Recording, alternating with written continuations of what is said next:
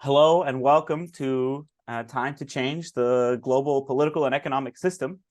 Today is October 24th. It is UN Day, so it's a big day for the UN.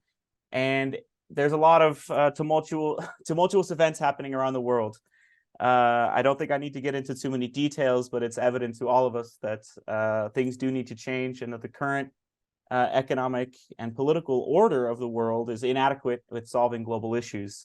Such as climate change and war. It's also the 10th annual Week for World Parliament. So this is an annual event that was started by older World Federalists 10 years ago to celebrate the need for a world parliament and call for a world parliament. And the Young World Federalists have taken part the last 3 years, and we're honored to support events around the world taking place. One big event happening in Nairobi, and some smaller events happening in other cities around the world. So that's also what this event is to commemorate and kick off. Without further ado, I'll get into it. I'll say we've invited 3 expert speakers here to present their ideas on global political and economic reform. The first speaker that we have today is Heikki Patomäki. He's a professor of world politics and global political economy at the University of Helsinki. And he's recently published a book called World Statehood and the Future of World Politics, which Heikki will present in his presentation, and then we'll have a short Q&A after that, before the broader one begins after all 3 speakers. Our second speaker will be Rebecca Schutt. She is many things. One of the things that she is the executive director of Citizens for Global Solutions and an international lawyer and democracy and governance practitioner with more than 15 years of experience in the non-governmental, intergovernmental, and private sectors, supporting human rights, democratic processes, and the rule of law on 5 continents. I will link some more resources in the description, but there's a lot more to Rebecca's CV than that.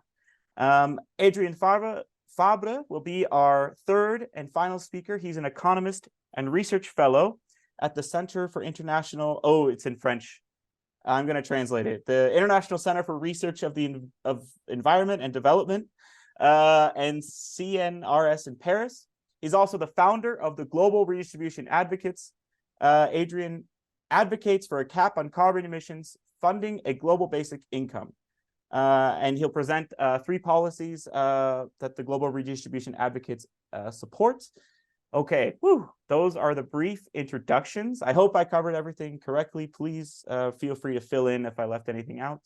And now I will turn the floor over to our first speaker, which is Heikki. So after you. Yeah. Thank you very much. My talk will indeed focus on the book, the main arguments of the book. I will cover the complex argument in a very brief summary. I have a few slides, so I will start by sharing my screen. Just a second. All right. So the name of the book is World Statehood, the Future of World Politics, and the book covers a lot in terms of framework for thinking about the future of world politics. The idea of world statehood thought in processual terms, and then there are a number of concrete reform proposals as well. And I will briefly cover some of those. But let me start with the problem. The problem is the future of humanity, and the future of humanity is indeed at stake in the 21st century. It depends on our capacity to respond to a number of problems, and most of these problems are self-generated. The things like economic instability, climate emergency, the extinction crisis, pandemics, rising inequalities in the world economy, particularly within the states, possibility of a nuclear war, runaway technological development. Just think about the artificial intelligence and discussions around that during the past year or so, or nanotechnologies. There are all kinds of other possibilities as well, biotechnologies, etc. Because we have built an industrial civilization, basically a planetary civilization, it has also become vulnerable to such events as massive solar storm. The systems based on electricity are vulnerable to such events, or outburst of space debris preventing access to the orbit, the planetary economy has now extended at least onto the orbit of the planet. The problem is that despite all these things that we are facing, political imagination remains captive of state sovereignty. And our fates are interconnected. Nonetheless, our political imagination doesn't seem to be capable of responding to this situation in an adequate manner. And a case in point is the war in Ukraine. In a way, it demonstrates both sides of the problem. One is the continued the focus on state sovereignty, and that includes also things like territorial security, traditional international law, etc., etc. But on the other hand, the war has also re-raised the spectre of nuclear war that many people forgot after the end of the Cold War.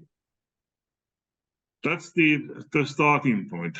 The main theoretical innovation of the book and the argument is the focus on process. So rather than thinking about the future of world politics in terms of some kind of a simple overall blueprint for something like a world state, I argue in favor of thinking about these developments in processual terms.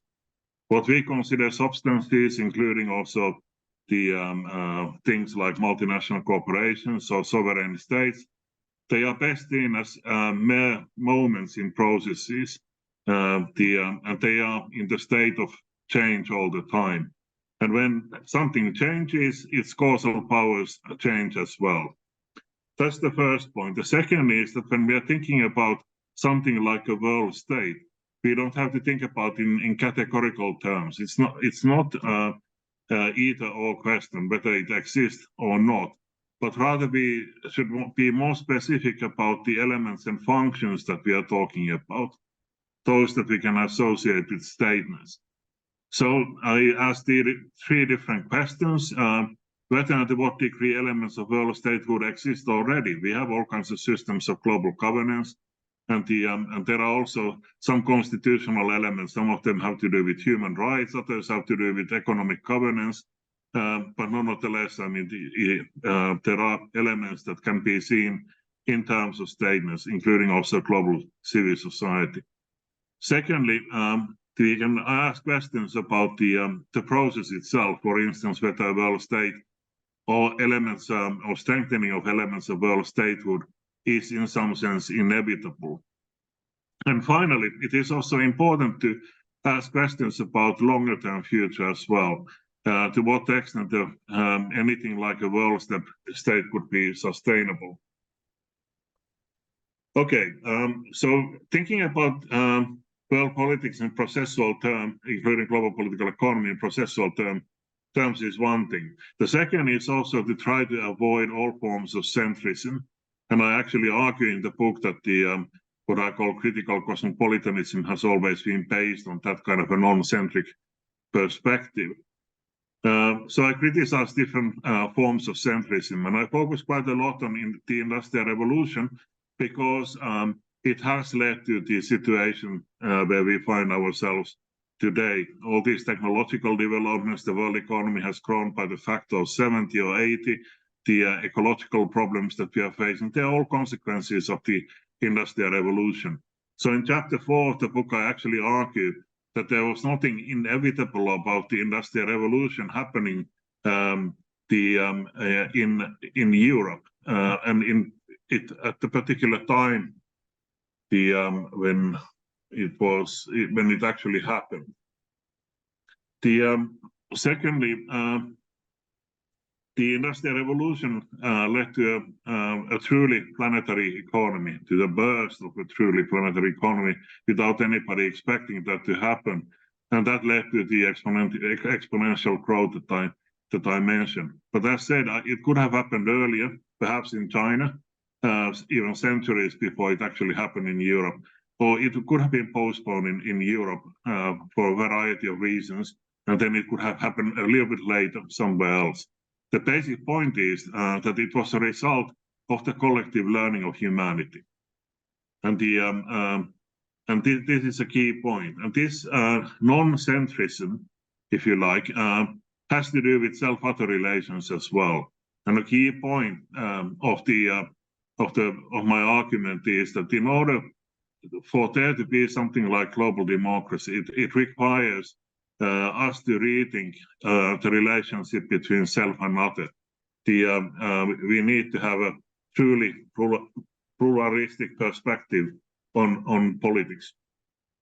There's a wider framework for thinking about the future of world politics, and this concerns also the basic ideas of politics. I mean, who we are, where we are coming from, where are we heading, and there are different order purposes, I argue, and the highest order purposes have to do with these widest possible processes, particularly cosmic evolution, biological evolution within the process of cosmic evolution, and then human cultural evolution that has emerged from biological evolution.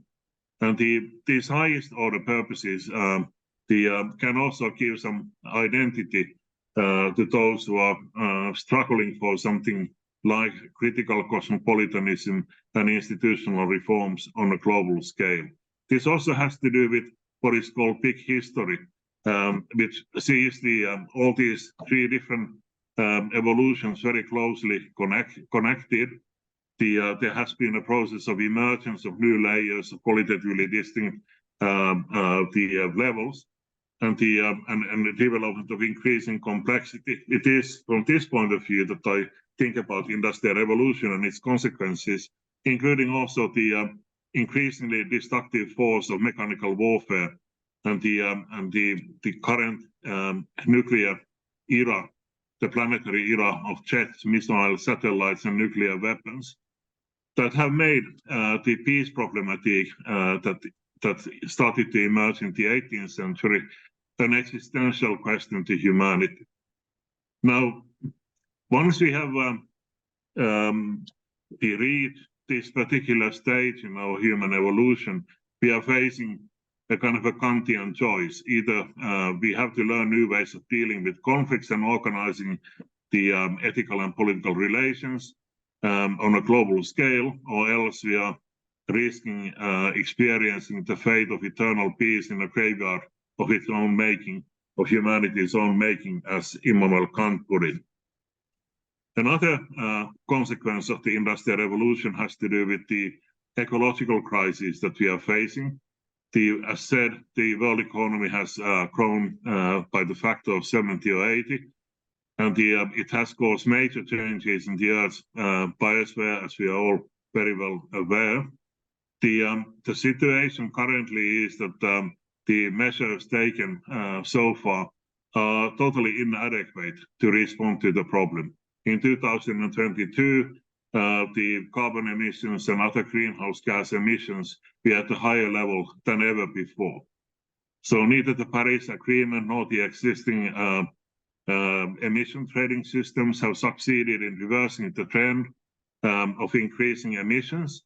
And so at the same time, as when we are seeing the global warming accelerating, some people call it global heating, we are still putting more and more greenhouse gases into the atmosphere.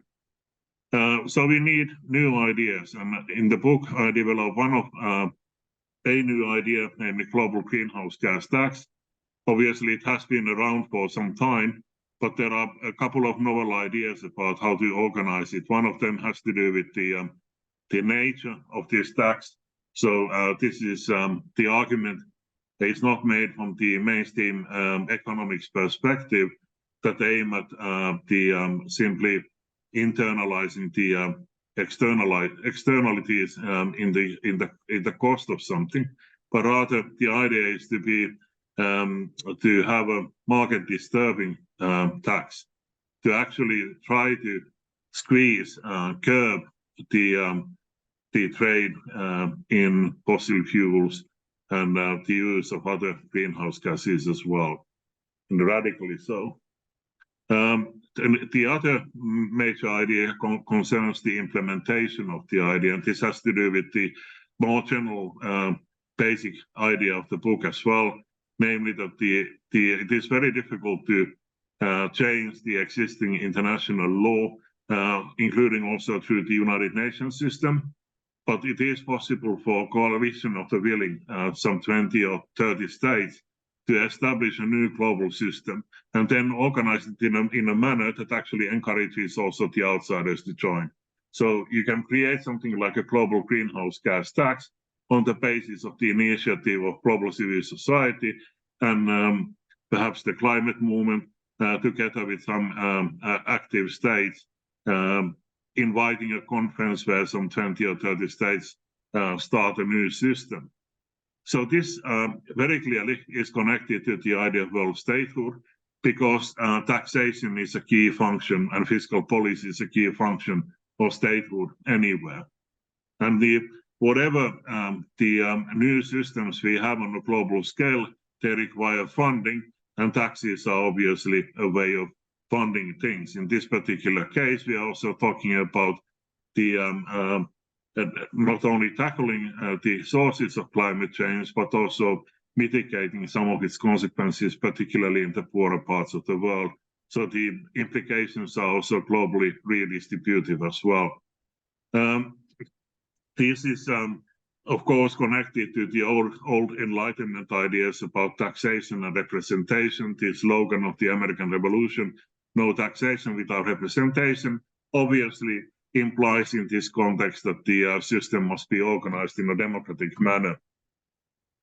Of course, this is not the only reform. There are a number of other possibilities, and some of them have been developing in some other places, but many of them are mentioned or discussed in the book as well.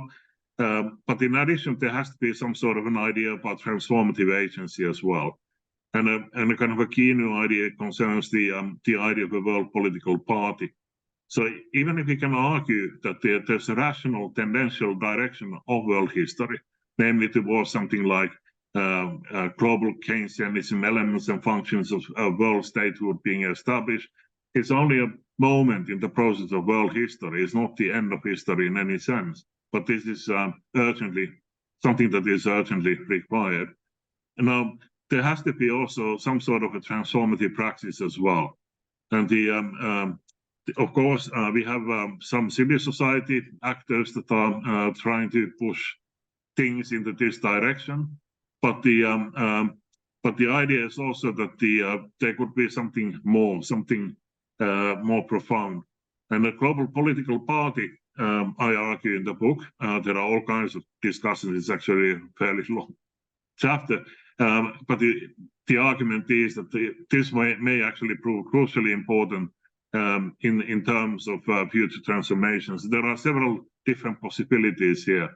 One is that that it is actually pushing for these kinds of reforms, so it can have a role in these activities that are trying to change the existing institutions or creating new ones within the confines of the already existing institutions. Sorry. The second is that it can advocate the transformation of global institutions and creation of new ones. And the third is, once there are these new institutions as well, the new kinds of agents are required to participate in those global institutions. And a case in point is obviously a world parliament. There has been a lot of discussion about world parliament, the United Nations Parliamentary Assembly being one possibility. Some other people, some federalists in the past, have actually thought that we would need some kind of a sovereign legislative body on a global scale. Here I develop a new idea about the role of world parliament. So it should be neither just a place to talk, nor should it be symbolic, nor should it be the legislative center of the world, at least not for the time being. But rather, it has twofold tasks. On the one hand, to coordinate other functional systems of governance, including global taxes, and secondly, it can respond to the indeterminacy of international law. there are no bodies that can actually ultimately interpret what the law is, and this could be a democratic body assuming that function.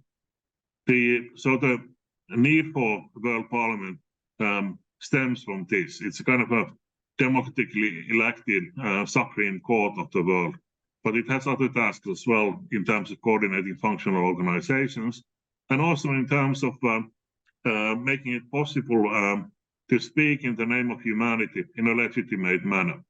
And this can be a response in to many of the global problems that we are facing.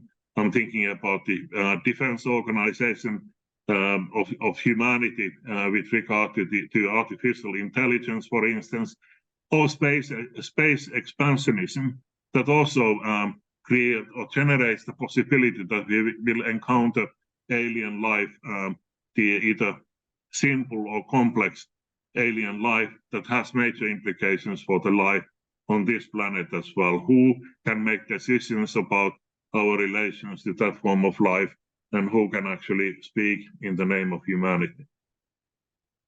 And finally, we have to think about beyond world statehood. I mean, this layer that includes all kinds of tasks and functions of statehood can become much stronger than it is today, and we can have a very, very different looking world in the future. And I indeed sincerely hope that will be the case. But that will not be the end of history. History will continue, and in the final chapter, I actually return to the larger timescales that I discussed in the first part of the book, and there's particularly the problem of legitimization, and whether this kind of a system is sustainable in the longer run. It has to do with the non-centrism, with self-other relations, and those kinds of things.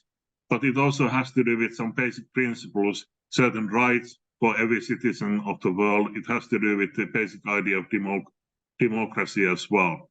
Well, what I'm really asking there is that whatever the form that this layer will assume, whether it will be on a sustainable footing, politically speaking, or not.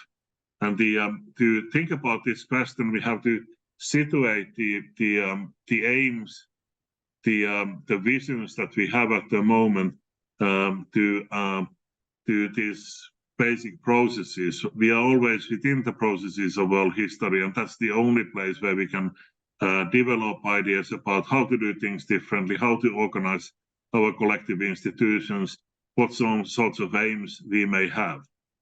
But however the process evolves, it may also fail, and it may end in a collapse. So we have to be open to the possibility that there will be always new problems and questions that are arising, and thereby we might also need to redefine the meaning of world statehood, even when understood in processual terms in the future. So this is the very short summary of some of the key ideas of this book. Thank you very much. Wow. Wow, Heikki, thank you so much. That was incredible. And I really loved how you ended on this rather fatalistic point about how everything it could ultimately all collapse. You gave me so much hope in a lot of parts of your presentation, and I was so happy to see it. And then you ended on this, well, you know, it might you have to always think long term. Yeah, I'm on a roller coaster of emotions, I have to say. But I really liked a lot of your presentation. I was very pleasantly surprised to hear this concept of a world parliament included. I didn't anticipate that. So that was really great.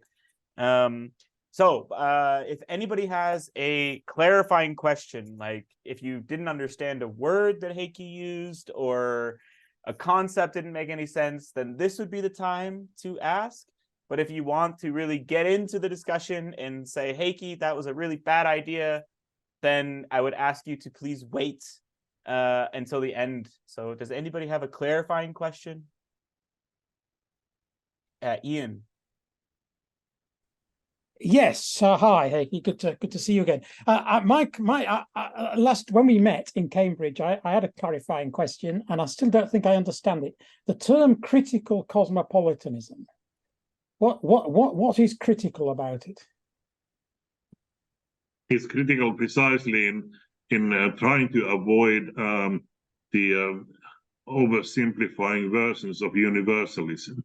So instead of simply representing our values as the universal values, I mean, we take more seriously self-other relations and also try to be self-critical rather than just criticizing the others in terms of some assumably universal norms. So, I mean, that's a big difference because, I mean, you can also justify imperialism in terms of universal values and norms, like what was happening in the 19th century. So we have to avoid that, and we need to some other kind of a position to articulate the idea of world statehood in a non-imperialistic way. Okay, so critical means sort of self-critical, self-reflective. Indeed, exactly. Okay, all right, yeah, thank you. Cheers.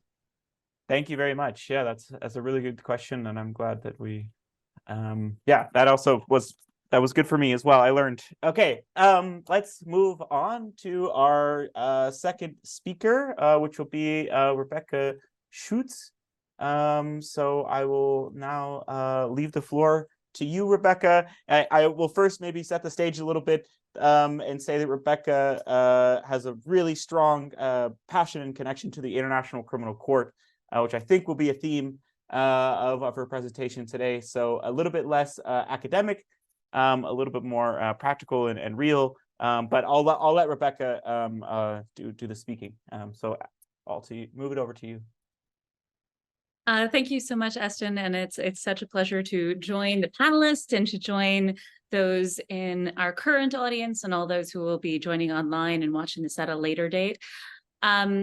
Greetings, first of all, on UN Day. I can't really say happy UN Day, I think, given the state of the world, but however you and your loved ones choose to commemorate UN Day, I wish you the best. I think being part of this conversation is probably one of the most appropriate ways to contemplate the UN's mission and continued relevance today or not, as I think we'll delve into a little bit. I'll also note that this is International Law Week and International Disarmament Week, as well as World Parliament Week. So we have a number of intersecting commemorative events that I think speak to some of the themes that I will pick up on the previous speaker in exploring. And I will say I have a special affection for World Parliament Week. My background is in legislative development. And I will, as Eston said, bring a little bit more of a practitioner's perspective, I think, to my remarks. I'm coming to you from a hotel 2 blocks down from the UN, where I've been over the course of the last week for some negotiations that I'll be speaking about and some consultative processes. And I will say that I'm very lucky to be here as well, because I am here as a much lesser replacement for the estimable Maya Groff, who is an economic governance expert. I certainly do not profess to be one. And I'm a lawyer, I'm a legislative expert, recovering democratic development practitioner, but I've tried my best to follow in her footsteps. I just want to take the opportunity to plug her book, Global Governance and the Emergence of Global Institutions for the 21st Century, which has ideas both old that are reconceptualized and completely new about what it takes to confront our contemporary challenges. So I hope maybe somebody can pick up the chat. If not, I'll do so after my remark. So I took the title of today's event very literally, in a time to change around the global economic and political system.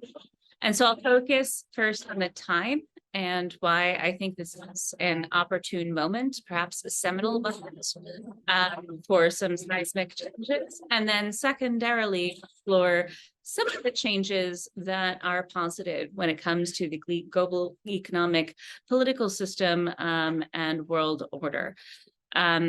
So to introduce a little bit about the way in which I approach these topics, I will tell you that I'm the executive director of Citizens for Global Solutions, which is the US affiliate of the World Federalist Movement. It actually was founded before the World Federalist Movement. And I think sometimes I'm contractually obligated to be an optimist through my position, but not Pollyanna-ish or uncritical. I come from a political background as well, and I'm a New Yorker, so my optimism is tempered with a bit of congenital cynicism. But at the same time, so I think combining both of these, I hope to offer a little bit of what the civil society community worldwide is currently grappling with at a time where the UN is seized of a agenda for change.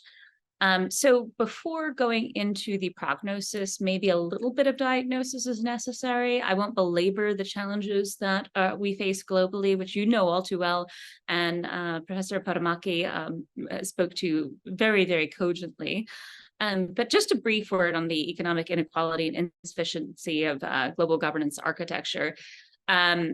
So over the course of the past decades, there's been a significant increase in global average life expectancy and a reduction in poverty rate. However, recent studies show that important increases in welfare indicators have been closely linked to a significant increase in resource usage, which has outpaced improvements in welfare within the global economy. And this is exacerbated throughout the developing world. In terms of inequality between 1990 and 2015, and this has just increased, we just don't have the data yet for the decade to come from 2015 to 2025. The top 1% increased its income, while the bottom 40% earned less than a quarter of income. And so this disparity between economic growth and rising inequality has spurred action on advancing the inclusive growth agenda. Okay, so this brings me to the timeliness. Why is this a time to change of today's talk? We at Citizens for Global Solutions are very proud members of the Coalition for the UN We Need, and their call to action, their call to, I would say call to arms, but I don't think in a Pacific world where we are looking for peaceful solutions, that's the appropriate terminology, but their exhortation is that at a time when change is progressing at a pace and scale unparalleled in history, and we can no longer behave as if our current institutions are sufficient to secure our future, our response to this challenge has the potential to transform global governance to reflect a new reality. And let me speak a little bit about what this means in practical terms. Right now, we are in a process of leading up to the Summit of the Future in 2024. So what is the Summit of the Future? On the 10th of September, 2021, current UN Secretary General Antonio Guterres presented his Our Common Agenda report. And this contains over 90 recommendations for revitalizing the UN. And this is not my terminology, this is theirs, but turbocharging the implementation of Agenda 2030, which preceded the Our Common Agenda. And while some recommendations are within the scope of the SG's office, the Secretary General's office to authority to implement, many require a process of discussion and negotiation with member states, with other stakeholders that include civil society, include academia, include private sector. So baked into this process was the call for a summit for the future, which would advance global governance institutional innovations. And this is going to be called for next year.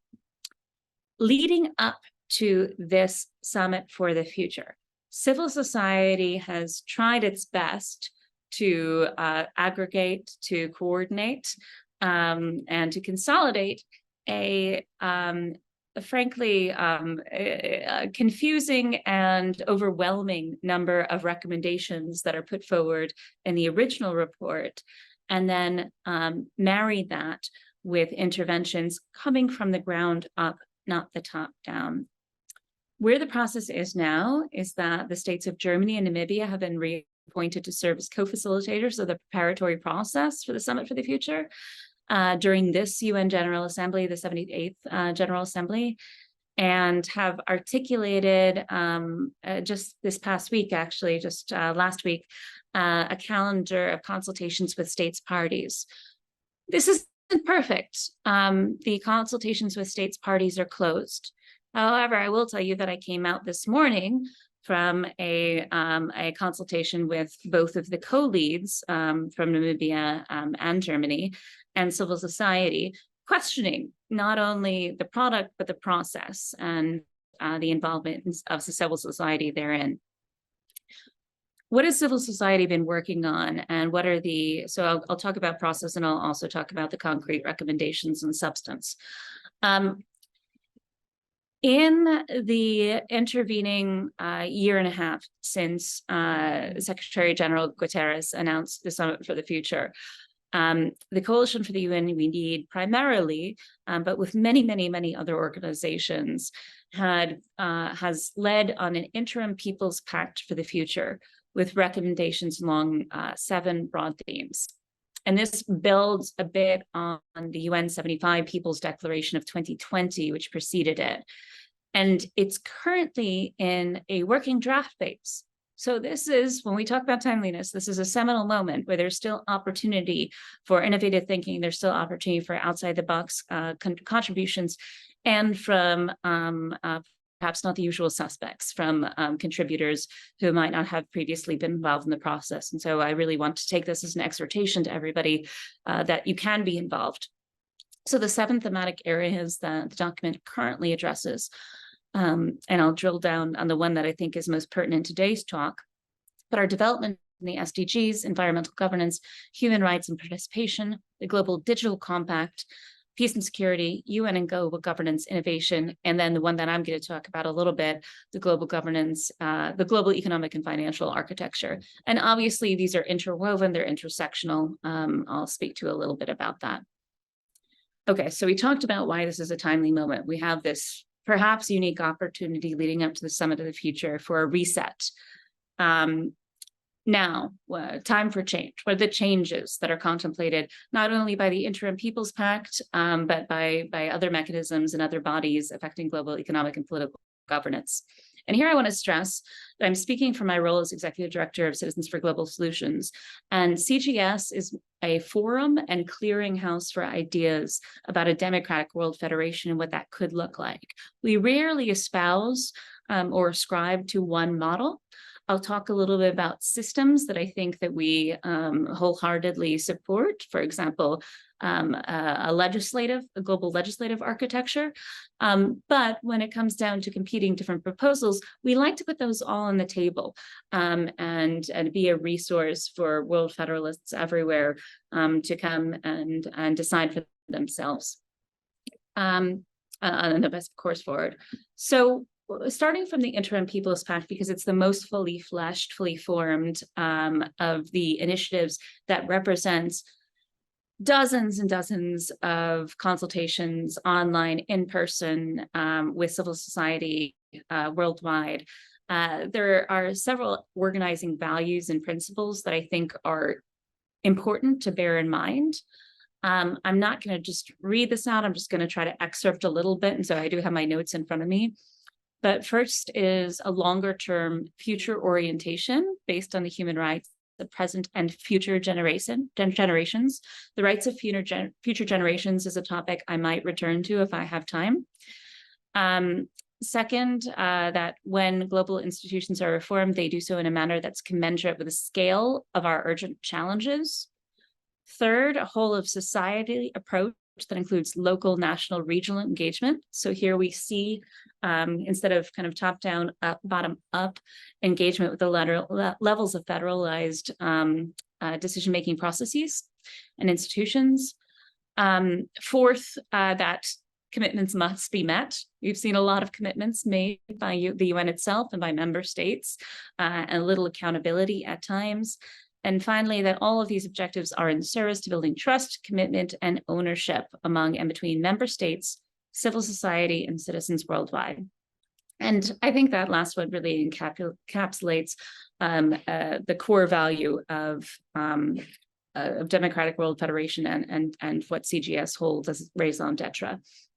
So in terms of the changes, here, I really kind of like something that I heard very recently about future forward versus future back thinking. So future forward thinking being looking at the institutions, looking at the mechanisms, looking at the processes that we have today, and thinking about what we need to reform them, to revitalize them, to take them forward to meet what we might encounter down the road. And future back, meaning we envision the future that we want and that we need. And I think in this case, all of these are things that we need rather than we just want. And what would it take to get there? And so I would proffer that the solutions that I have seen through all of these processes marry the two. And if I had to advocate personally, which I'm not supposed to do, but I will a little bit, I would say perhaps that a combined approach would be in order. So in terms of a future forward definition or perspective, perhaps looking at the UN system, I come from the United States. We have a system that's predicated, you learn in elementary school about checks and balances and separation of powers, predicated on 3 branches of government, an executive, a legislative, and a judiciary. Although they're not framed in that order in our Constitution, the legislature is put first. When we look at the United Nations system, we basically see an outgrowth of the executive. So a decision-making body that is composed of appointees from member states. And here, most of the discussions that we hear about reforms center on UN Security Council reform, because of course the UN Security Council acts de facto as a cabinet, acts in a lot of other ways as a stopgap, etc. And I will say that I think we have seen forward-moving process. Most of UN Security Council reform talks about reform of its composition, and there's certainly place for expansion, place for term limits, all of those discussions. What you hear less about, and so that's what I want to highlight a little bit, is reform of the process of the Security Council. And this came up just in 2022 with the passage of Resolution 76262 by the GA, by the General Assembly, which would ask for obligatory abstentions to the veto when the state vetoing is a party to dispute. There was also the proposal way back in 2015 by the Accountability, Coherence, and Transparency Act Group on a code of conduct regarding Security Council action against genocide, crimes against humanity, or war crimes, which would have called upon all members of the Security Council, both permanent and elected, to not vote on any credible draft resolution intended to prevent or halt mass atrocities. There was also a resolution put forward, sponsored in the first instance by France and Mexico, on veto restraint in the case of mass atrocities. So this might be kind of relevant over the course of this last week, where we've seen the veto power used by one P5 state, arguably in an instance that would call to mind all of these criteria. And having sat in the 6th committee just a few days ago, I think there is foment now behind some of these initiatives. And we may actually, I don't think that I'm being chimerical or, to think that we might see some procedural reform of the veto based on what happened quite recently. So also, but in terms of our future forward approach, we support the institutions that do exist and that do work and that could work better. So I've talked about the executive a little bit. I want to talk about judicial institutions, and this is close to my heart as a lawyer.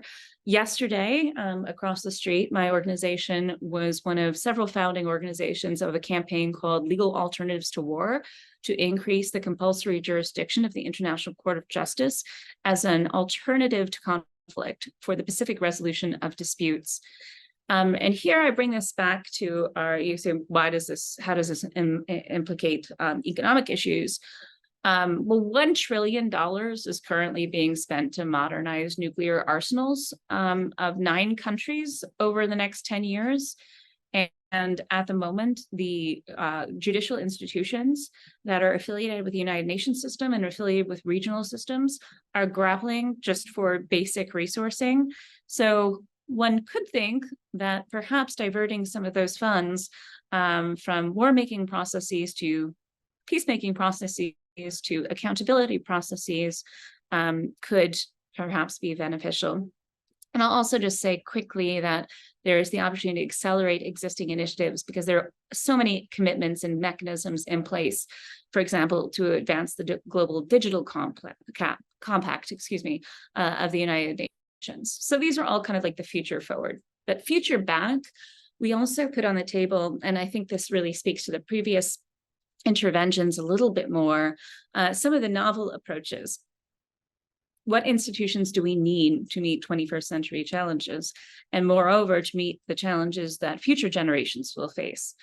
And here, if we look at the three branches of government, as I really roughly put it earlier, obviously the legislature and the functions of a legislature, representative, legislative, and oversight, budgetary as well, are not really seen in the current UN system. So I'm very glad that I don't need to speak to great length of a UN Parliamentary Assembly because it was covered earlier, but just to say that this is an issue of which my organization is seized, that we very much support. There have also been proposals for citizens' assemblies that more directly link there are more direct democracy interventions. Not a fan of a sortition, generally speaking, but there are moments, of course, where citizens' assemblies are very important. And then coming back to the judicial institutions, when I mentioned support for current judicial institutions, there are real lacunae in accountability in international law and international global institutions right now. As Eston mentioned at the outset, I'm a real supporter. I'm the co-convener of the Washington Working Group at the ICC. I worked at the ICC, but ICC has jurisdiction limited to personal jurisdiction in the 124 states parties, soon to be 124 states parties, over the crimes of genocide, crimes against humanity, war crimes, and in some cases, the crime of aggression. The ICJ, and we have the new campaign supporting its jurisdiction, looks at disputes between states. So what's missing? What's missing is if you don't have recourse to domestic courts for corporate responsibility, for INGO responsibility, for crimes that are of a personal nature but outside the jurisdiction of the ICC for any number of reasons, that's all missing.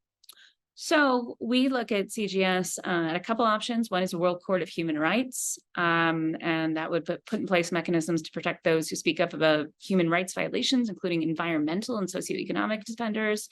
We're also looking at various ways to attack climate justice. The ICJ is currently seized of a seminal climate advisory opinion request. And there has been significant energy expended on whether or not to add ecocide to the jurisdiction of the International Criminal Court. But as I mentioned, beyond regional courts, the actions of corporations and other actors kind of fall outside that when it comes to climate crimes. And then lastly, an international anti-corruption court, because corruption is clearly undermining global governance, including our international institutions, and it remains kind of above the ability of any one jurisdiction to answer or solve. Eston, I'm trying to look at how I'm doing on time. I was going to jump in and say maybe if you could wrap it up in the next minute or two would be great. Yep, that's what I was planning. Okay.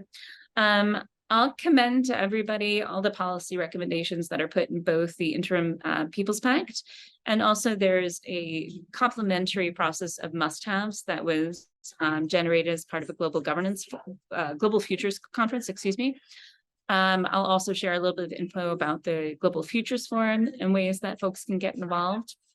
And I think I'll just leave you with an exhortation to try to be a part of some of these changes and some of these processes. They're imperfect. They are flawed in terms of representation. They are flawed in many ways. But we are kind of making the ship, building the ship as we try to sail it. And so it's only with more buy-in from civil society, from young people, from academia, from the private sector, that this can be a truly inclusive and consultative process, and we can seize this moment. So I'll try my best to put links in the chat so you can actually take action. And this is not just me speaking at you, but I really appreciate the opportunity to be with everybody today. And thank you, Eston, again, for the invite. Of course. And thank you, Rebecca. That was, as always, very informative, and I appreciate all the work that you're doing and educating me on all these different processes that are taking place. It's incredible that you're able to stay engaged in all of them.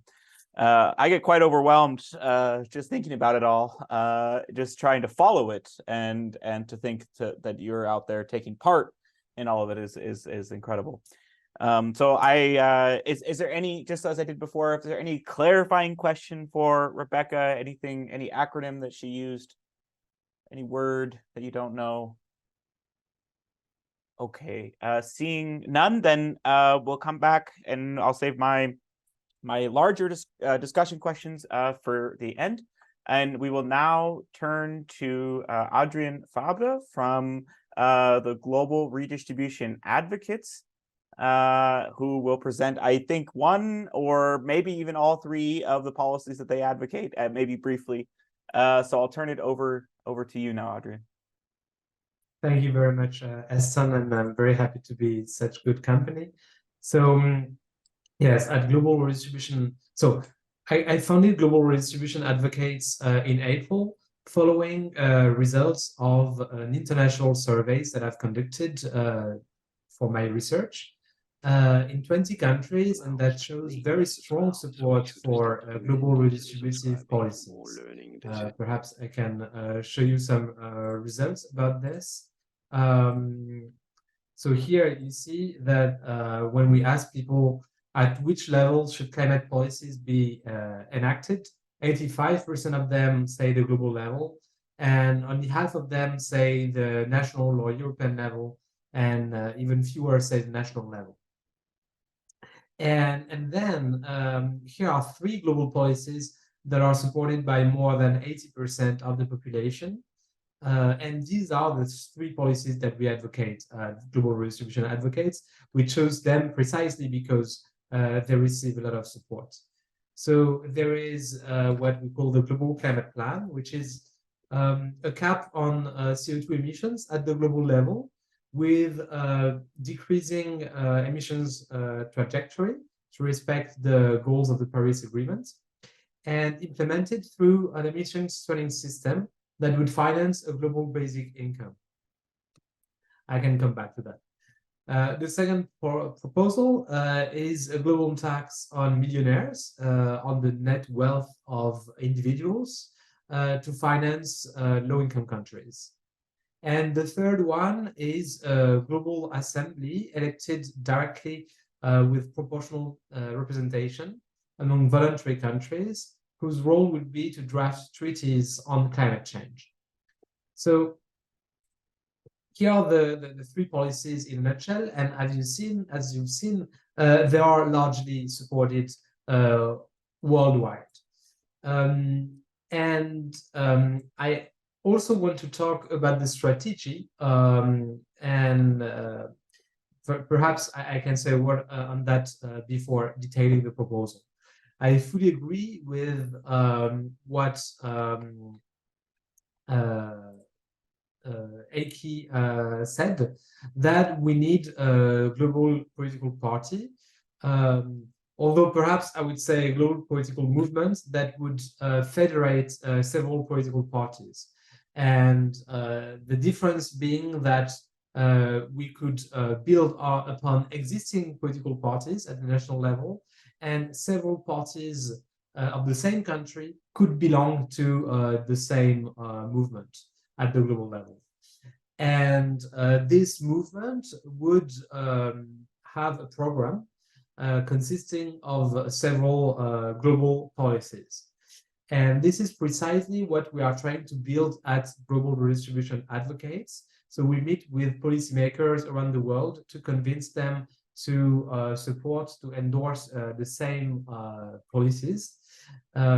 So the three policies that I've mentioned, but also other policies proposed by civil society, such as the ones mentioned by Rebecca, and also the ones not mentioned by, but under the umbrella of the World Federalist movement. And we are also preparing a call for a global redistribution that should be published in 2024 in major newspaper worldwide and signed by policymakers, by NGOs, by scholars, etc. And this call lists different proposals that entail redistribution of resources from high-income countries to low-income countries around 4 pillars. One is fight tax evasion. Second is having an inclusive financial system. Third is global taxation. And fourth is global democratic governance. So as we are mostly interested in governance, perhaps I can give more detail on our proposal for democratic assembly on climate change. So I think we tried to reconcile the forward and backward approach, as Rebecca briefly framed it, by proposing something that we hope is realistic, and then the drawback is that it may lack ambition. So how is it realistic? Well, we would preserve the sovereignty of states by making the assembly consultative.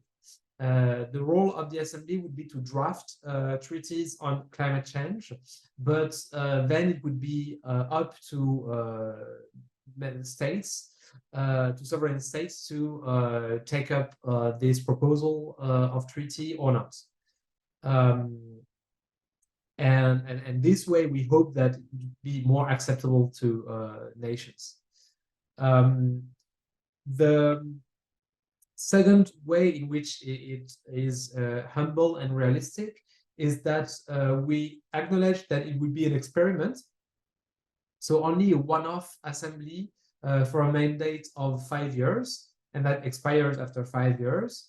But at the end of the 5 years period, the last year, say, of the assembly, their members would reflect on what has worked well or not well during the 5 years and propose a follow-up for global governance on climate change.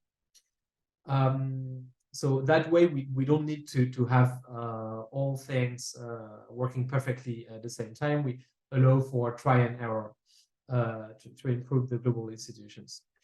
And the assembly would be elected on global lists among voluntary countries. We don't wait that all countries accept to hold elections for this assembly to start it. But ideally, we would need a diverse range of countries, perhaps requiring that half of the human population is covered by participating countries, or that there are countries from all levels of income per capita. There would be a campaign, well, a pre-campaign and a campaign. During the pre-campaign, anyone could put a send up for lists, and 12 lists would be selected, those receiving more than 1 million upvote, and the 12 that received the most endorsements. Why 12? Because there would be only one constituency at the global level with the same choice, and 12 lists allow people to have a choice that is still cognitively simple. Right. And the second reason is that there would be no donation allowed, neither from corporation nor individuals, and the 12 lists would have the same budget for their campaign. So to avoid too large budgets, we also prevent too many lists from competing. And then there would be 6 months or 1 year of campaign. And this is probably the main benefit of this assembly, that for the first time, we would have public debate on the global scale on the issue of climate justice. And hopefully it would foster a sense of world citizenry and concern for climate justice and global redistribution. Do I have time to give some more word on the 2 other proposals? If you'd like, I know we have a few questions for discussion, but I think you have time. Yeah. Yeah. Okay. So let me talk about the global wealth tax, because this is the one that receives the most interest when we talk to policymakers. It's also something in the debates, especially in Europe these days.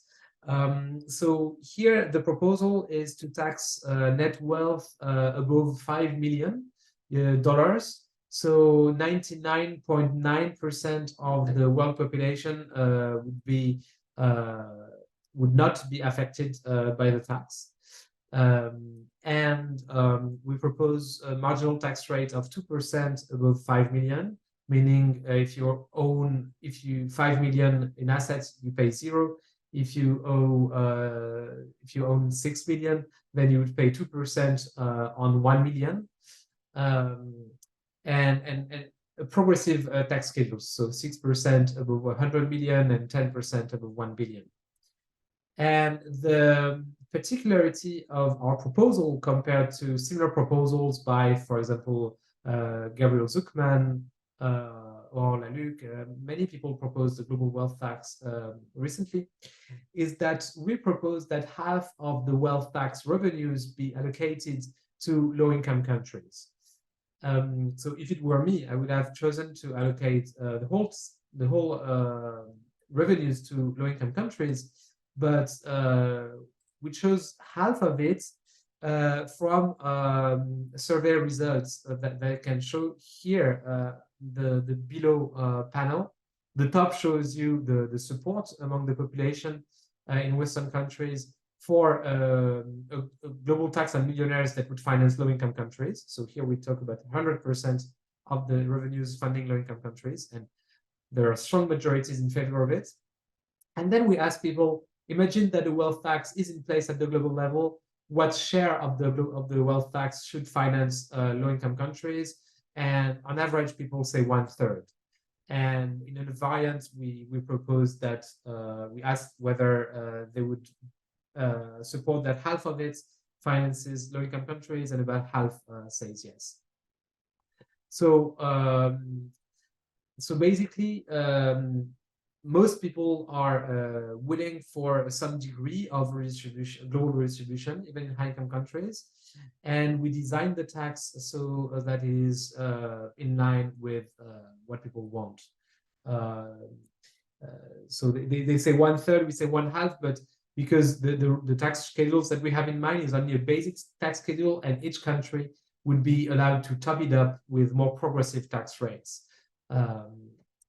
So that the share of the half of the basic tax schedule going to low-income countries could only be 1/3 of the total. And then the revenues would be distributed to low-income countries' governments on the basis of the formula that depends on the GDP per capita, and that allocates more revenues to poorer countries. The third policy is Global Climate Plan, which is here also maybe I can show some slides.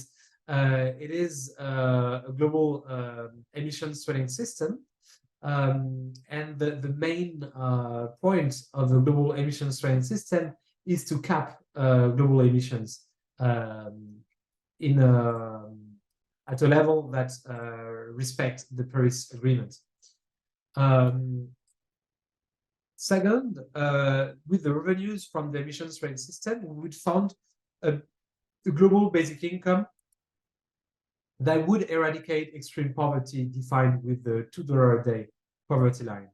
So the revenues from the Global Climate Plan would amount to about 5% of the world GDP. And this plan would transfer 1% of the world GDP from high-income countries to low-income countries. Same magnitude of transfers in the global wealth tax, by the way.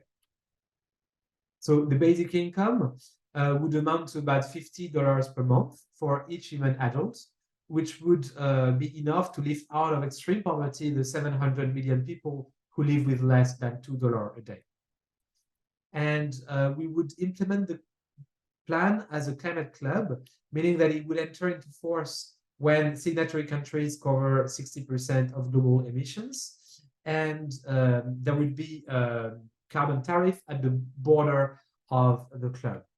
So here, and then there are some participation mechanisms. I don't go into the details, but basically here are the distributive effects of the Global Climate Plan in 2030. And here are the distributive effects of the Global Climate Plan aggregated throughout the 21st century. So you see, it's a redistribution from people who have a carbon footprint higher than the world average to people who have a carbon footprint lower than the world average.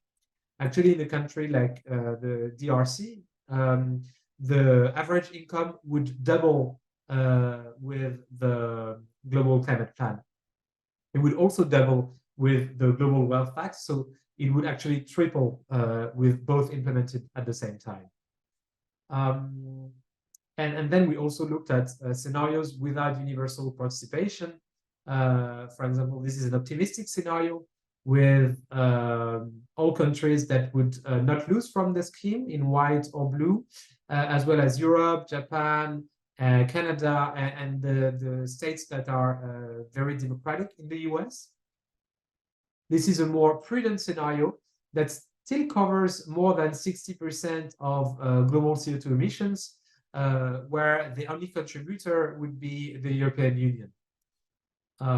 So the basic income would be a bit lower, but basically in that scenario, the EU would finance decarbonization in sub-Saharan Africa and South Asia. So yeah, that's it for the moment. I'm happy to take questions in the Q&A.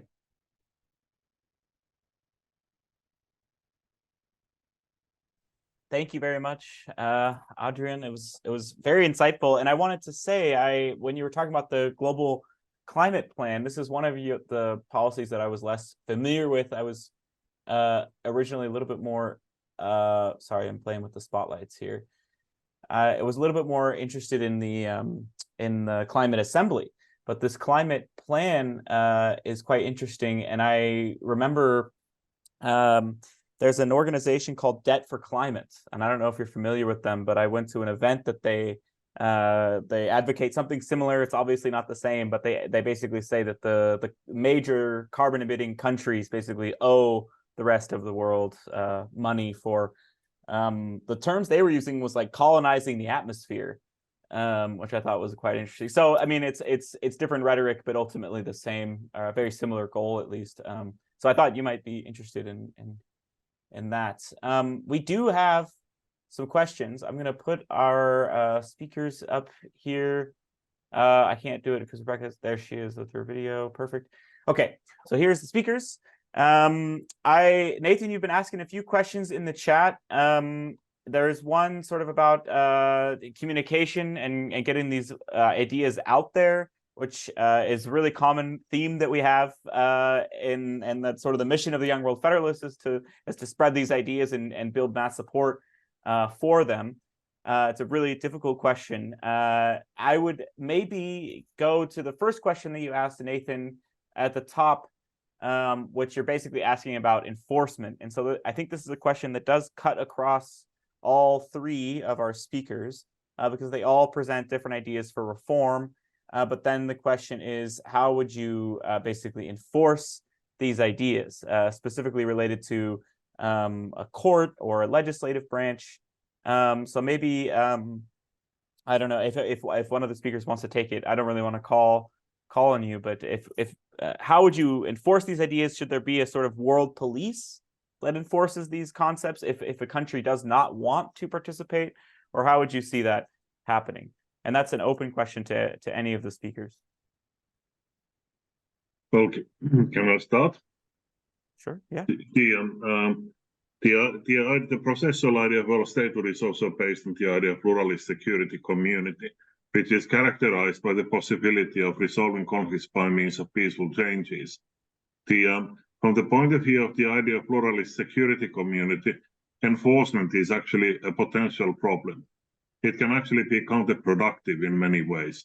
And for that reason, I argue throughout the book in different contexts in favor of peaceful changes, reforms in terms of functional governance, rather than starting with ideas about courts and police and even military force on a global scale. At the same time, one of the key problems lies with the control of nuclear weapons and other weapons of mass destruction. And I think that that's a special case we actually need quite urgently, a much better system of governance of those. This is a very existential question to humanity. But other than that, I mean, the enforcement is something that may come at a later stage. And there's always this problem of having a system of very strongly imposing certain ideas across the political community. And we are talking about world political community here. And even if we start with a coalition of the willing or grouping of countries only, I mean, even then there is this problem. I mean, if you look at what's happening in the European Union at the moment, or the resistance against many global systems of governance that we can see in the world, I mean, that's indicative of the problem. So it's much better to start from the end of actually tackling some of the key problems that we have without the thinking about the enforcement too much, and also have some redistributive effects as well. And this is a classical functionalist idea that you need to show that you can actually do things better on a global scale, technically, but also morally. And it has to be legitimate before it becomes something that is strictly enforced or imposed upon. And particularly, any attempt to use means of violence becomes very, very easily counterproductive. Okay, Rebecca. Yes, it's a truth that must be acknowledged that none of the contemporary means of accountability and judicial institutions have an arm for enforcement or implementation. However, taking a step back, when we look I'll take one instance and then I'll talk about a couple others. When we look at the International Court of Justice, we've been talking about this a little bit in the context of the new campaign. A recent study by former Vice President of the court, Judge Weeramantri of Sri Lanka, found that more than 90% of decisions were implemented at least in part or to a significant measure. Now, this doesn't always come in the first instance from a court accepting the jurisdiction of the court and saying, yes, we're going to do as you say. I'll take a really seminal example from my own country. So Nicaragua v. US from 1984, about the United States involvement in sponsoring Contras, interfering with Nicaraguan sovereignty. And so the United States was found to be in violation of international law. Our government did not comply and chose to back away from the ICJ. But over time, a process played out, not too much time even, where policy changed. And policy changed in large part because of a mobilization. And I think this speaks to one of the other questions, like what do the ordinary citizens think about? What's the Vox Populi saying about this? There was an outrage. And it was in fact the World Federalists in the United States who mounted a case in domestic court in our federal court system, asking the Department of Justice to comply with the ICJ decision. And even though they lost that, the policy changed. And we've seen that in time and time again, that the non-moving party, the losing party, ends up complying when it's a matter of states. When it's a matter of the individual personal responsibility with the ICC, we face, in International Criminal Court, we face similar challenges in bringing suspects to judgment or to sit for judgment, and having witness and victim cooperation as well, and protection as well. This last couple of weeks, the Office of the Prosecutor announced that he would not be proceeding with an investigation, an investigation. So you've gone from the preliminary phase to it's an investigation. There's significant reason to think this individual did alleged crimes under the court's jurisdiction, but that it would not proceed because there was insufficient reason to think that resources could be spent on it and result in justice, because there would be so much attempt to obfuscate the criminal justice system in the form of witness and victim availability and testimonials. This is in the Central African Republic. It's known as CAR2. So these are very real concerns. I have previously worked at the American Bar Association Rule of Law Initiative on worldwide international judicial cooperation, prosecutorial and investigatory cooperation as well. And so there are various mechanisms regionally, bilaterally, MLATs, multilateral assistance treaties that exist to try to combat some of these transnational problems. That being said, as a human rights attorney and an American, oh gosh, I'd be so scared about an international FBI. We have institutions that exist that have similar roles, and if you talk to me more about like a Department of Justice or a Ministry of Justice that might be known in some of your countries, alternative, perhaps we could talk about that. Something that hasn't been discussed, I don't think, is that there are also proposals on the table for a permanent standing peacekeeping force or peacekeeping service of the UN. So not just the rapid deployment that you see when countries are willing to come together for a coalition, but something that's always there that can be depended upon, and it can also be seen as protective and preventative measure. So just a few thoughts there, kind of scattered, but thank you for entertaining me. Of course, yeah. I know we have more questions. I've been able to temper Luca a little bit. He's really has a lot of. He wanted to even share his screen and start his own presentation. So I'm trying to hold him back. I don't know, Adrien, if you have any comments on that, any thoughts on that before we move on to another question. Yeah, sure. So very briefly, yeah, I think that when we enact a policy, it needs to be enforced. But realistically, in the short term, states will want to preserve their sovereignty.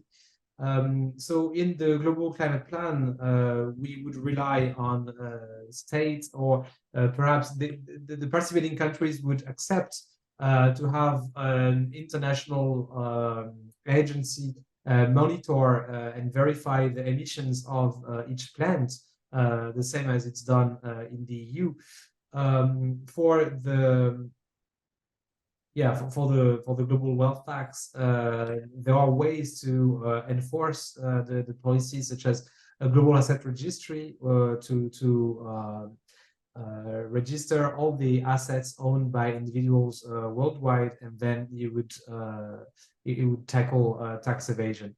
So even without a global police, you can advance on enforcement. Interesting. Appreciate it. I love that. I love all the thinking on it. I think Heikki's response of that we shouldn't need it in the end is obviously I'm a devout utopian, and I love that, Heikki, that's so. I find that the most utopian, which is a compliment in my understanding. So I will now turn it. Yeah, sorry. Very quickly. I mean, I didn't say anything about not enforcing, for instance, global taxes.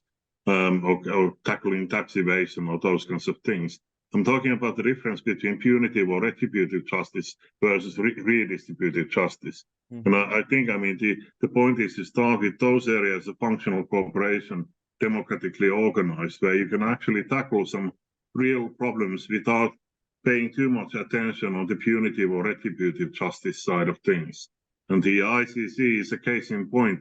In fact, what ICC has been doing is to only target particularly sub-Saharan African leaders that have low civil wars and those kinds of things. And this has actually caused major legitimation problems for the ICC. I'm sorry, I think I have to intervene here. This is probably the most common myth that I have to debunk as an adherent to the Rome Statute system. So there are three ways that cases reach the court. There are UN Security Council resolutions. There have been two. They are on the sub-Saharan African continent. They're not really what you normally think of. There's Libya and there's Sudan.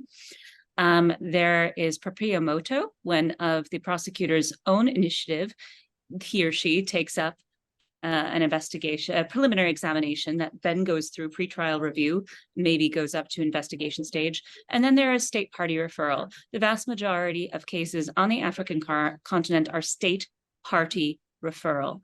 When a state party to the Rome Statute deems that is unable or unwilling to adjudicate crimes within the jurisdiction of the court. Now, this has been spun a number of times and politicized a number of times, specifically around when Kenyatta and his deputy Ruto were brought before the court for allegations of crimes against humanity in the context of pre-electoral violence in Kenya, and then brought along a lot of their allies as heads of states of African countries. And then Burundi became the only state to withdraw from the Rome Statute, bringing it from 124 to 123. It's going to go back to 124 with Armenia entering. And so this has become a very persistent narrative, but nonetheless a false narrative when you look at the way that the African cases have reached the court. And when I worked at the court, I worked in the presidency when the president was Nigerian and when the prosecutor was from the Gambia. And this was the most common thing that we would have to spend time on in our diplomatic angles, and takes time away from the functioning of the court. And so I really, really hope that everybody listening, please just do the research. It's there. The number of proprio motu cases is very slim as opposed to states parties referrals. Moreover, the trend that you see is the cases that are being brought for proprio motu or that are coming to the court by other means, including state party referrals, are on other continents, and it is diversifying. That is the trend we see with Georgia, with Afghanistan, with Israel, Palestine, etc. So please, thank you. I appreciate the injunction there, and I think generally it connects to what Nathan was talking about in the chat with communication, and that a lot of these ideas are great and quite academic or legal, but in the world that I operate in, I'm always thinking about a 15-year-old in Nebraska or in Ghana, and how do we communicate these ideas to the average person? My grandma, that's what's important in communications and political communications. And so there has been a failing, or at least the court has been unable to adequately respond for various reasons. So, I mean, it's a communications issue at the end of the day. If it's not a legal one or a moral one, there is a communications failure, or it could be better, I guess. But I do want to give the floor to Luca because he's got a lot of questions and he's been very patient. So please, Luca, he said he has one question. I said that for the sake of time, I will just ask one short question to each of them, because in reality, I have at least 5 to each of them, but I will stay on one. Heikki, you talk about our party, but I mean, I have to read the book, so maybe I'm wrong, but the problem is that the same that we have in Europe when someone wants to do a European Federalist Party, that basically ever you are approaching also some kind of national discussions, or basically not getting any vote. And when you have to approach some national discussion, it means that you are becoming a competitor of the other parties. And this is why usually a movement is much better, because in this case, you are not a competitor with the others, but you can try to influence them, all the parties, and you can have even double membership, as we have, for example, in the European Federalist movement. We have possibility of double membership with the party, any parties without any problem, basically. So this is about my possible critic, but of course, maybe, I haven't read your book, so maybe I'm wrong and don't understand it very well, the point. This is a little bit connected with Adrien question, because Adrien, you are basically focusing a lot on the policies that you could implement with when you have certain institutions in place. But I personally would focus more on the discussion about the polity. So the fact that we are constructing a political community. And whatever is the policies that you want to apply at the global level, you need these policies. Because at the same time, you know very well that, you need a quite large constitutional arc in at least the interesting countries to start to construct any kind of policies. So you cannot start saying, okay, I will make a global tax. What you could say would be like, if the people will vote, the parties in the World Parliament that would suggest to implement a global tax, they can do it. That's it. After what kind of policies will be implemented depends only on the votes of the people and the compromise inside the parties, inside the parliament, as is happening in any kind of countries, basically. And I think focuses too much on the policies is a bit a mistake. My opinion is just, when I'm talking about this issue, is more like, look, if you want like to implement this kind of economic model or whatever it is, if you are not thinking about the construction of a world institution, or in any case, whatever level they need, and this is something that you can read even in the Federalist Papers of the American founders. It's very easy to understand. There is basically Hamilton every time saying like, there is a goal, there is a competencies, there should be a money that the competence in this institution can do, because without competencies and money and jurisdiction, they cannot do it. That's it. Last question, very short, to Rebecca. Maybe you talk about it and I lost the point, but the president of the European Commission, von der Leyen, said that she is supporting the creation of some sort of IPCC for the AI. What do you think about it? It's feasible at this level? Of course, we'll have all the limits that you said about the IPCC, but as intermediate step, maybe it's not such a bad idea. But I don't know, what is your opinion? And I'm stopping. Okay, I think, should we just, I don't know, it's up to the speakers really, but because it'll probably go over time if we answer all three of these. But if everyone's comfortable with that, then I would just push it. I would just go in the order that they were asked, and we would go to Heikki first. Well, regarding World Political Party, what Adrien said earlier about the idea that some national parties could form some kind of a supranational coalition or formation. That's in principle a good idea, but the existing internationals that we haven't actually progressed very far in terms of advocating any sort of global reforms. And there are cases in point about politics being still captive of state sovereignty. So we need to go beyond that. In the European Parliament, the parties are now, have been for a while, asked to actually form European political parties in order to get any funding from the European Union. That's the only way they can proceed. Even then, the electoral politics and the orientation is still very much national. And the best way forward is actually to create some kind of a transnational, supranational organization to start with.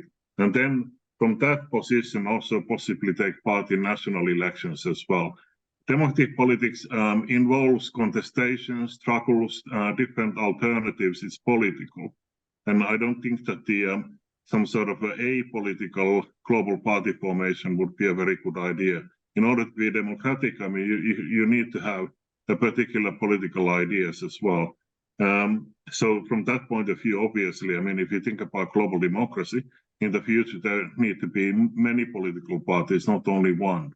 The idea is not to unify all the parties. What that actually means in practice in the contemporary era is more or less neoliberal orientation and very much those policies that have actually supported also in effect, the rise of nationalist, populist authoritarianism across the world. Okay, so maybe I can answer at the same time to the comments of Nathan in the chat, Heikki and Luca. So As I was saying, we are currently building this coalition of political parties. So I think this answers the point of Heikki that current international coalition of parties haven't brought forward concrete proposals. Well, we are doing this right now. So we have the support of the Greens party in the EU, of the left, of members of Renew, and of the Social Democrats. So that's members of 4 political parties of the European Parliament. And we're in discussion with the governments of Brazil, Colombia, India, etc. So we are trying to build this coalition. And the reason why we focus on policies and not only on institutions is because, well, this is another thing that can bring people together. And we don't need a global parliament to get a wealth tax in voluntary countries. So our point of view is that we won't wait for the whole world to unite to start having supranational policies. I agree with that. Yeah. Yeah. And so we don't, so we want to try at the same time building supranational institutions and supranational policies among ambitious countries. And yes, and to the point of Nathan, that we should take into account how folks react. This is actually the starting point of our work. Maybe I can give more result on that, but if you read the academic paper, you see that there is strong support for global redistributive policies. So actually, I think we lack such policies in the public debates right now. And given existing surveys, there won't be a pushback. On the contrary, our survey results show that political parties that would campaign on global redistributive policies, they would gain votes in the elections. Okay, and I think this will be the last word to Rebecca. Oh gosh, no pressure. No, I just wanted to come in on Luca's question on AI. So Luca, I think what you're referring to is President von der Leyen's call for an expert panel and a common European policy on AI, which I think is a brilliant illustration of Democratic World Federation at work. So this would be not only scientists and policymakers, as I understand it, but also international lawyers, human rights activists, civil society members, and affected citizens, looking at applying the existing human rights framework and legal framework to the contemporary challenges posed by artificial intelligence. This is also a really great example of complementary pathways within the global legal order, because obviously what President von der Leyen is talking about in the EU doesn't affect me in the United States. Here are different solutions that have been proffered. So number one, in September, shortly before the ICC was itself the subject of a cyber attack, the prosecutor promulgated that he does look at cyber crimes within the scope of the current Rome statute, no need to amend the statute, of war crimes and crimes against humanity. Now, the International Court of Justice is just kind of beginning to grapple with artificial intelligence in terms of some of the law of war issues, as are other military and ad hoc criminal tribunals related to conflicts. And then we have the international human rights, the regional human rights bodies, which are looking at different aspects of AI, privacy rights, etc. And I believe the Inter-American Court of Human Rights, I'm not very expert on the cases there, and the European Court of on Human Rights, both are kind of contemplating these issues. And you're also seeing them more and more in domestic courts that become, in some sense, when there is enough consensus on an issue, become customary international law.